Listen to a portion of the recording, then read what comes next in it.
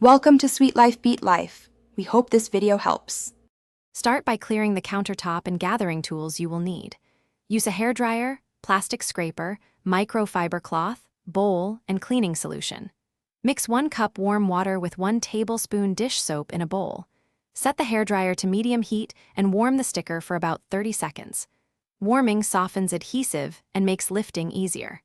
Always test heat on a small edge first to avoid damage. Work safely with gloves if you have sensitive skin or chemical exposure concerns. After warming, gently lift an edge with a plastic scraper or fingernail.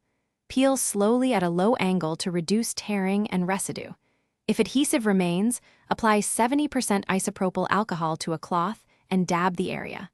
Wait 2 to 3 minutes for the solvent to soften the glue bond. Scrape softened residue slowly with the plastic scraper in short strokes. Continue alternating solvent application and scraping until all sticker fragments are removed from the surface. Once the sticker and adhesive are gone, wash the area with warm soapy water. Use the same 1 cup mixture and rinse with clean water afterwards. Dry the countertop thoroughly with a microfiber cloth to prevent water spots.